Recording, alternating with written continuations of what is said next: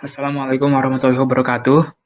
Perkenalkan, kami dari grup Basis Data 2 akan mempresentasikan tentang database kami, yaitu tentang pemesanan restoran via online.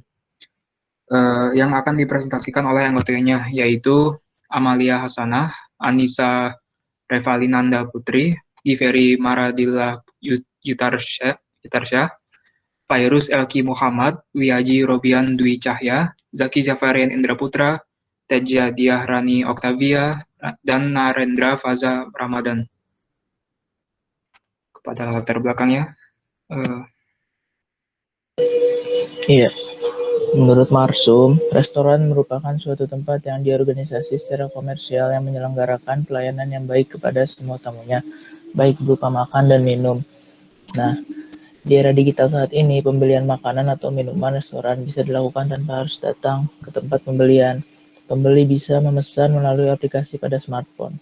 Nah, untuk itu diperlukan sebuah sistem basis data untuk mengadministrasi setiap transaksi yang berlangsung secara daring melalui aplikasi tersebut agar bisa dilakukan penghitungan laba serta agar data transaksi dapat tersimpan secara aman dan cepat supaya bisa diambil lagi jika dibutuhkan. Next slide.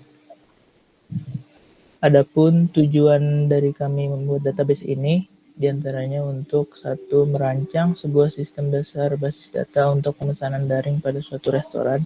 Lalu yang kedua, untuk menyimpan transaksi yang akan dilakukan. Lalu yang ketiga, untuk melihat transaksi yang sudah dilakukan. Keempat, untuk mempermudah pencatatan transaksi. Dan yang kelima, untuk menganalisis apa saja yang dibutuhkan dalam database pemesanan restoran secara daring ini. Pada materi selanjutnya dipersilakan. Oke, selanjutnya identifikasi entitas. Dalam tahapan ini, mengidentifikasi entitas yang dibutuhkan, ada beberapa entitas yang digunakan, yaitu sebagai berikut. Yang pertama, entitas pelanggan, dengan atribut ID pelanggan, nama telepon, alamat. Atribut kuncinya yaitu ID pelanggan sebagai primary key. Kedua, ada entitas menu, dengan atribut ID menu, nama menu, dan harga menu. Dan atribut kuncinya yaitu ID menu sebagai primary key. Next. Yang ketiga ada entitas pelayan dengan atribut ID pelayan, nama pelayan dengan atribut kunci yaitu ID pelayan sebagai primary key. Yang keempat entitas hasil order dengan atribut ID hasil order, ID pelanggan, ID pelayan, ID pengantar, tanggal dan total harga.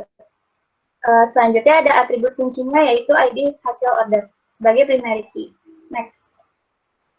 Dan yang terakhir ada entitas pengantar dengan atribut ID pengantar, nama pengantar, serta atribut kuncinya yaitu ID pengantar sebagai primary key.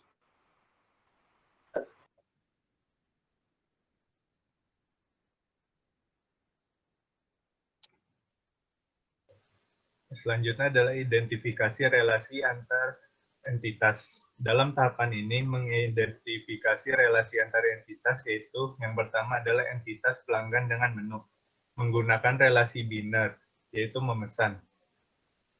Next slide. Yang kedua adalah entitas menu dengan pelayan menggunakan relasi biner yaitu mencatat.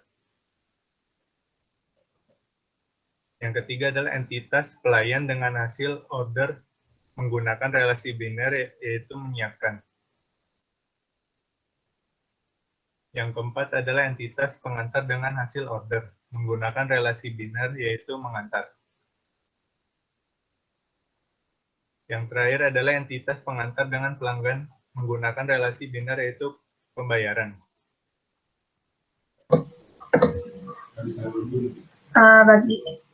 Baik, yang selanjutnya adalah kardinalitas setiap relasi. Yang pertama, relasi pelanggan dan menu adalah many to many, karena pelanggan dapat memesan banyak menu, dan menu dapat dipesan oleh banyak pelanggan. Karena relasi tersebut adalah many to many, maka atribut pada relasi pemesan dapat mempunyai tabel sendiri. Lalu yang kedua, relasi menu dengan pelayan adalah many to one, karena setiap satu pelayan bisa mencatat banyak menu. Yang ketiga, relasi pelayan dengan hasil order adalah one to many.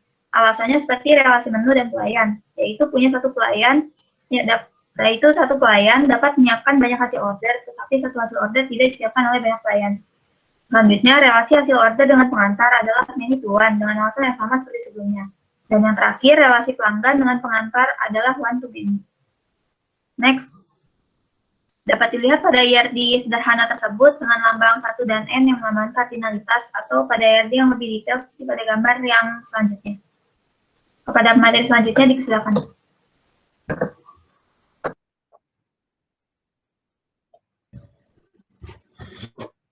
Ya, selanjutnya ini adalah bentuk IRD dari kelompok kami yang terdiri dari 5 entitas dan juga 5 relasi. Entitas pertama yaitu ada entitas menu dengan kunci entitas yaitu ID menu. Lalu atribut-atribut lainnya ada juga harga menu dan juga nama menu. Lalu ada entitas pelanggan dengan 4 atribut, yaitu ada alamat, nomor telepon, nama pelanggan, dan ID pelanggan sebagai kunci entitasnya. Lalu ada entitas pengantar dengan 2 atribut, yaitu nama pengantar dan ID pengantar sebagai kunci entitasnya. Lalu ada entitas hasil order dengan 6 atribut, yaitu ada ID pengantar, tanggal, ID pelayan, total harga, ID pelanggan, dan ID hasil order sebagai kunci entitasnya. Lalu yang terakhir ada entitas pelayan dengan 2 atribut, yaitu ada nama pelayan dan ID pelayan sebagai kunci entitasnya. Selanjutnya. Lalu di sini ada transformasi IRD ke dalam bentuk tabel. Yang pertama ada tabel pelanggan yang terdiri dari 4 kolom, yaitu ID pelanggan, nomor telepon, dan juga alamat. Yang kedua ada tabel menu yang terdiri dari 3 kolom, yaitu ID menu, nama menu, dan harga menu. Lalu yang ketiga ada tabel pemesanan yang terdiri 5 kolom, yaitu ada ID pelanggan, ID menu, ID hasil order, jumlah, dan keterangan. Lalu ada tabel pelayan yang terdiri dari 2 kolom, yaitu ID pelayan dan nama pelayan. Yang terakhir ada tabel hasil order yang terdiri dari 6 kolom. Yang pertama ada ID hasil order itu sendiri, lalu ID pelanggan, ID pelayan, ID pengantar, tanggal, dan total harga.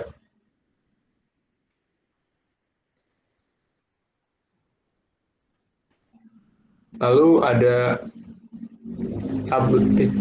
tabel pengantar yang terdiri dari 2 kolom, yaitu ID pengantar dan nama pengantar.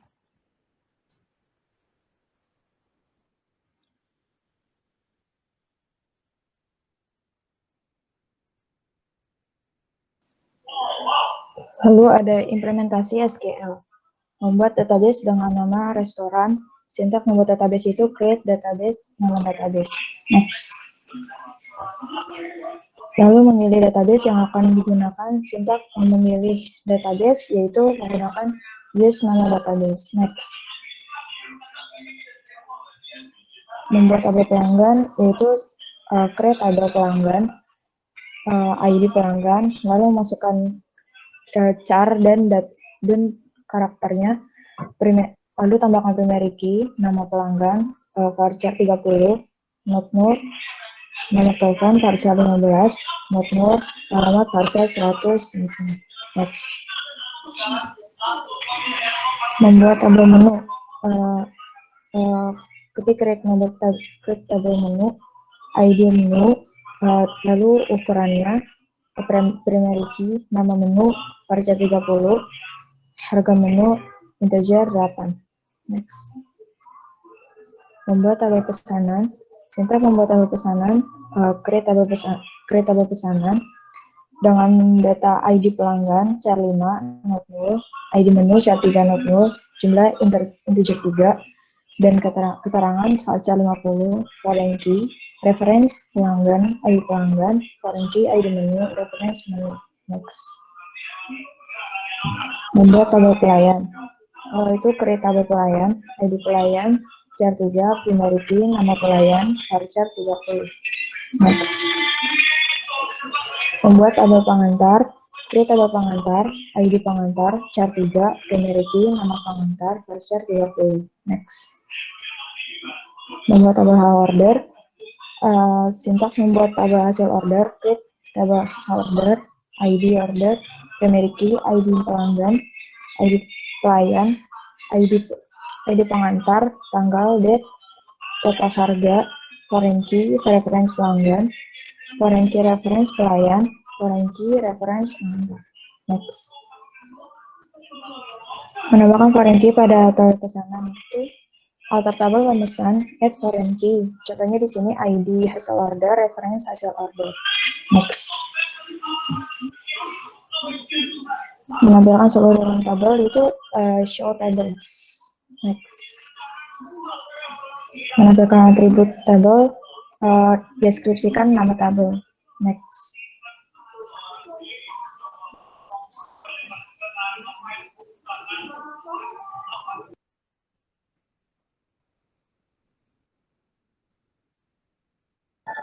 Selanjutnya, berakhir di kesimpulan, dari serangkaian kerja yang telah dilakukan dalam tugas besar pengantar basis data yang mengambil tema restoran, ditarik beberapa kesimpulan sebagai berikut. 1. Basis data restoran dapat mempermudah pelaku usaha, khususnya restoran, untuk mencatat pesanan masuk, daftar menu, dan pelanggan. Kedua, sebagian gambar potensi pasar, database yang lengkap dan akurat akan sangat membantu para pelaku bisnis dalam menentukan potensi pasar sesuai wilayah dan kelompok umur. 3. Dengan adanya database restoran, pegawai dapat dipermudah untuk mengelola restoran tersebut. 4. Dengan mencatat semua kegiatan transaksi di dalam database, restoran dengan mudah mengaudit keuangan untuk mengetahui jumlah keuangan atau kerugian. 5. Dengan adanya database ini, restoran dapat mencegah kehilangan data pelanggan yang disebabkan oleh model penyimpanan data yang konvensional. 6. Jika restoran sudah memiliki database pelanggan, tugas selanjutnya adalah berkomunikasi secara pribadi dengan pelanggan untuk menjaga hubungan erat antar pelanggan dan produk di restoran tersebut. Inilah salah satu kunci agar pelanggan semakin loyal terhadap produk yang perusahaan berikan. Yang ketujuh, dapat menghemat ruang penyimpanan sehingga dapat mencegah hilangnya suatu data atau tertukarnya suatu data dengan data yang lainnya.